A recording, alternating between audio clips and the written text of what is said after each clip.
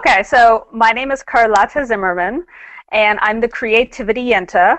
My website is Carlota, Carlota, worldwide.blogspot.com.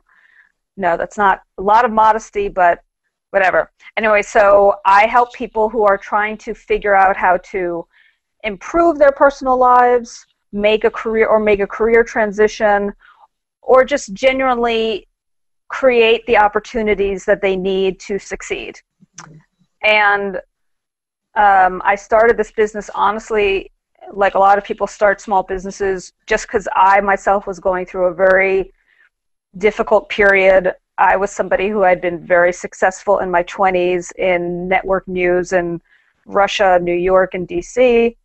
I went to law school, unfortunately, just like a lot of people do for the wrong reasons. I graduated in '07. I had a lot of debt. I had no interest whatsoever in practicing law. I did not want to go back to TV. And I just kind of felt like, it was like, how is this my life? I can't understand this is my life. I was somebody who had been raised to be hyper successful, and I felt like I had done all the things that should have worked, and all I had was all this debt, and I was bartending. There's nothing wrong with bartending. God knows we need people who can make drinks, but having gone to Wellesley College, having gone to an excellent law school, I had been a playwright when I was 17. It was like, what? And I was always the person my friends would come to for help in writing cover letters or working on their resume or trying to figure out how do I network or how can I get a raise. And I was helping people do that in like 2008. And several people were like, well, how much do I owe you? And I was like, oh, I could charge money for this. And it was a way of, I guess, coaching other people. I was as much coaching other people, I was coaching myself to understand that we now live, and for the foreseeable future, we live in a world where I think kind of the rules that our parents followed that led them to success and long-term careers, I strongly believe that all of that is it's gone. It's very different. And I think that it can be a very exciting time. I mean, I've been able to make my business zoom ahead in just 4 or 5 years through social media and through connecting with people around the world. So we have opportunities now that 5, 10 years ago would have just seemed, I mean, the fact that you and I are having this conversation, you're in the UK, I'm in Queens, I'm having this conversation with you on my phone. That's mind-boggling. And so it's an exciting time, but when there's so many opportunities, it can also be terrifying because you feel like, am I doing the right thing? And so I think a big thing that I'm trying to do with my clients is get them to commit to their passions and themselves and believe in themselves so that they can indeed figure out what are the opportunities I need, what do I want to do, what's important to me. And it's really so far been extremely exciting, if exhausting. Yeah, it sounds awesome, and I know it's awesome from having worked with you on the other side. I guess what I'm really interested to know about is how you actually went about setting it up and how you kind of took the plunge to just go for it. Because I guess that, I've kind of been at that point recently, and it would be good to know, at what point did you just decide, okay, that's it, I'm just going to do it? I think it was a lot of things, but I think really in 2008, even though I hated network news, I was sort of freelancing in that because it was easy. I have a ton of connections, it paid decently, and it was easy to do, and I just kind of was thinking, I felt increasingly like, well, am I going to spend the next 10 years, I was in my like mid-30s, it was like, am I just going to spend the next 10 years going back and forth between network news and law, both of which I was sick of? And I was just suddenly realizing I have to make a decision now because it's never going to be easier. It's always going to be terrifying, but I understood, like, if I don't just commit to it and do it, I was able to understand that this is going to be it. Like, I'm going to be, I just was like, am I one day going to be 50 years old realizing I'm still a part-time producer? And for people who have worked in TV, it's full of people who are consumed by bitterness. And I was, and especially women of a certain age. And there was a part of me that was like, oh, no, that can't, no, I can't be that. I don't think 50, for example, is old, but I understood, like, if I don't get my part of my language, my shit together, one day I'm going to be 50 years old talking about this business, and it will just be a fantasy. And so even though I can't even express to you how little I knew about business, I'm also a history major. I love history. History majors, we don't necessarily understand business. And so I would go, like, trying to network, and people would be like, what do you do? And I was like, I coach people. Yeah, they're really going to hire me, because it's like, yeah, she knows what the hell she's doing. And it was like, one thing I am excellent at is, like, writing and research. And I'm very lucky in that New York City has a ton of, there's literally every day, there's probably like 100 different seminars and services and mentors and blah, blah, blah. And one thing I started realizing so I started going to, like, everything that was free constantly, and reaching out for mentors and reading business articles. And the deeper I got into it, I felt like, wow, business, and I'm somebody who was a playwright, so I'm also an artist, but I was like, wow, business is kind of the most creative thing ever, because you're kind of making it up as you go along. And especially with all social media and all of the opportunities, I was like, oh, like, we don't really know. And that for me was a big thing, because I had thought mistakenly that there's one way to start a business. Yeah. And then but you have to get rid of that. You have to just throw that out. And the more I started, like, I got mentors, and I would talk to other people, and I would go to workshops. I went to, like, so many workshops, and I started going to enough of these where I was realizing, I was like, oh, a lot of these people giving workshops, they have no idea what they're doing. And so, which for me was like, oh, okay. And then I think it was in 2010, no, it must have been 2011, I just wandered into the New York Public Library, and I was like, well, what if I wanted to pitch some workshops? And they were like, okay, well, just email us your pitch. And because I assumed that they would not buy it, I gave them 2 pitches, and one was like, why artists are natural entrepreneurs, and the other one was like, starting your own business as an artist. And like a week later, they purchased both of them. Wow. And I was like, oh, okay, so now I have to figure out what to say. And so I gave these workshops. It wasn't like we got a ton of people. I think one of them had like 4 people, but for me, that whole process made me understand, and this was a big thing that I think for anyone starting something big, whether it's you're writing a play or starting a business, you have to believe in it. If you don't believe in it, no one else will. But the more I believed in it, other people, I mean, people would be coming to me for advice. People who normally I would be like, I should be making this person coffee. You know, like I have some clients who, like I have one client, a law graduate who worked for the UN in Afghanistan. He speaks like Chinese, English, and Farsi.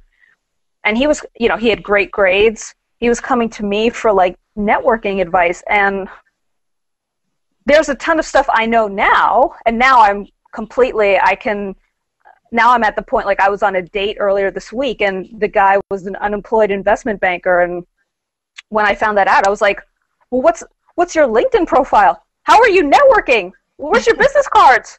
And he was like, I didn't think this was going to be a coaching session. I was like, okay, but I'm now really passionate about getting people to believe it. But I just felt like the more I believed in this business, the more I was able to learn. And also, I'm one of those people who I'm obsessed with learning from mistakes. Yeah. I had that kind of childhood where it was like, it's okay to make 1,000 mistakes as long as you learn from them. And a lot of people don't. So you were doing a certain amount of research, but you also just basically launched yourself into it, really. So your research was as you were going along. It wasn't like you had a whole kind of... No, because honestly, business research is incredibly boring. And the business books I was reading, they were so, I'm also a writer, so they were so poorly written. Most business people are just so uninteresting. And so I would read these books, and I was reading a ton of stuff online because there's fantastic like business websites, and I would go to these mentoring sessions. And once I really got into the creativity of like, wow, I can use Twitter to make connections around the world, and on my Facebook page, I could just have fun with it. Once I started understanding how creative business really is, I certainly still read a ton of business articles now, but I think a big thing for me, and this is like something else about just launching yourself, I was reading, what's the magazine? Bloomberg Business, actually a very well-written business magazine. So there's a guy who his job, I swear to God, he makes plastic mermaid tails. And this is true. And he makes, like, Lady Gaga has like 2 of them. And they sell for like 8 to 10 grand. That's his business. And he's making, like, literally, in the article, he said he was making something like, I think it was like 30 grand a year. I was like, this, part of my language, this motherfucker is making mermaid tails and making bank. And that, for me, I was like, this, who grows up to be like, I'm going to make mermaid tails? And he was talking about the people who buy them for their wives. And I was just thinking, I'm sorry, if he can make money doing that, I'm actually trying to like help people with a real service. I was like, okay, I don't care. I'm going to start this business. And then one thing I was amazed at, and I've been amazed all along, like how many people have supported this business who I did not think would. Like my law school has been a huge supporter. I'm actually creating a workshop with them to present later this year. And it was just more about like when you just finally say, I don't care. Like in a sense, I was so desperate because it was like, I'm not going back to TV. Yeah. I'm not going to law. I don't want to bag groceries. The cats won't work. So I was like, this business, we're going to have to make it happen. And it really, I'm at the point now where I'm getting 3 or 4 clients a week.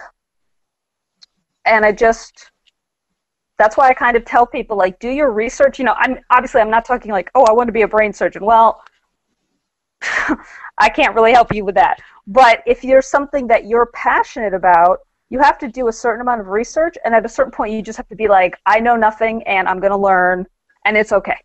It's okay. Yeah. I know nothing, and that's what I find most people are like, but I want it to be perfect.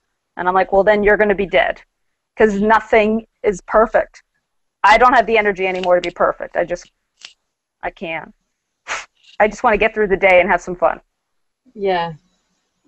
One question I've got, actually, and I know you mentioned working with mentors. How did your mentors help you, and why did you choose those particular mentors? Well, I have a ton of mentors, and I'm always looking for more. But really, they just helped me because, in some ways, sometimes it was just that they took the business seriously. And they'd be like, okay, well, that sounds awesome, and they would introduce me to people. And that's a big thing. Like, when you're creating something new, to have somebody whom you respect, who's been, for example, in small business for a long time, and when they're like, yeah, this woman is really smart, you should hire her, it's like, they think I'm smart. And a lot of it was just like one of my law professors has been a tremendous mentor. And in the beginning, he and I would just be on the phone, and he would say, well, you could have a workshop in this. And again, it was having somebody whom I really respected treat me and my ideas like an equal. And I think that you have to have that when you're, because think about it, whenever you're creating something new, it's basically like you're taking a fantasy, something that only you believe in, and you're making it real. And that's really hard because you're sharing something that's very private with the world. And it's wonderful when it works and when people are like, and now I have clients who, I'm stunned, but there is that big period at the beginning when there's a part of you wants to be like, I have a business, but I don't really want to tell you about it. And then eventually you hit a point where, I was at a party Friday night and I was like drunk and getting clients because I literally have to, I tell my friends, I'm like, I don't want to coach you, and they're just like, oh, but I have, they usually take my advice because then I nag them into doing it, or I strongly suggest it. But it's, you become obsessed. What do you think some of the best advice is that you were given when you first started out? I'm trying to think the best advice. I think it was just, and this was stuff that I kind of already knew because of my theater career before, but you have to believe in yourself. You, Kat, for example, if you're starting a business, doesn't matter what anyone else thinks.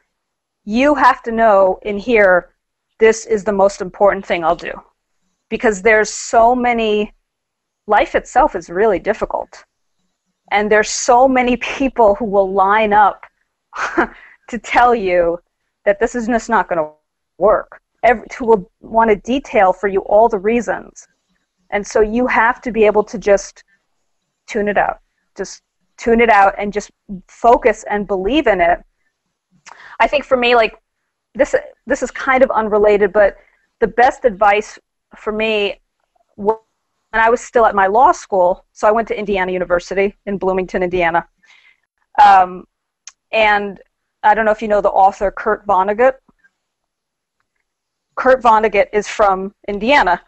He's not one of my favorite authors, but what I really love about Kurt Vonnegut is when he was starting his writing career, he got 800 rejection letters. 800. Wow, that's a lot. That's a lot. He saved them all, and he kept on writing. And they had an exhibit, because he had passed recently, and they had an exhibit, and they had all of his rejection letters. And I remember looking at that I was going through a very difficult period of my life where I felt like, and I was really like, wow, he saved all of those. And he kept on writing. And that for me, it's like, I will take that to my grave, because that, like, I don't care. You can reject me as many times as you like. I mean, how many people, they get one rejection letter and they're like, I'm never going to be Chekhov. I'm going to have to go back to being a banker. And I mean, I've had clients who I'm like, you have to relax. And I'll be like, Kurt Vonnegut got 800 rejection letters. And they'll say, well, I don't even like him. Yeah, I don't care. That's not the point. He got 800 rejection letters and was like, okay, motherfucker, I'm going to keep writing. And that, to me, that determination, that's what you have to have. Because you're going to have days where you'll be like, I can't. But so maybe in a sense that's what I feel like you have to just know in here. It matters so much to me. I don't care. Yeah. What would you say kind of keeps you motivated these days? Where do you get your inspiration from now? Well, now, I mean, things are really working in a way that they've never. I mean, I'm really starting to get a ton of clients. And I really am excited when clients, like I got a new client this week. We actually did go to law school together. And she was, in her intro email to me, she said, I'm thinking about, she's trying to switch career from law to be doing publicity, to doing PR. And she said, I'm considering sending them a video resume. And I was like, wow, like, you're just going to do that. And I had not really thought about doing that before, but we had this whole conversation. and she wants to do it, and she's also a little bit hesitant, so I think she wanted to hire me to sort of get that nudge. But she like gave me all these ideas where I was like, wow. And I guess I think really where the momentum comes is as somebody who went through a very, my 20s, it was like skyrocketing, and then in my mid-30s, it was like, I cannot tell you how many times I was just waking up in the morning being like, I don't understand, like, how did this happen? Like, how is this what my life has become? And now it's so exciting to me. Like, I only sleep about 3 hours a night. I'm constantly working, but I have so many ideas. And when you get to see other clients, when I get to work with clients and I see people start off feeling really depressed, and then they get a job they like, or they have the balls to like go interview with somebody and they're like, they took me seriously. It's very moving.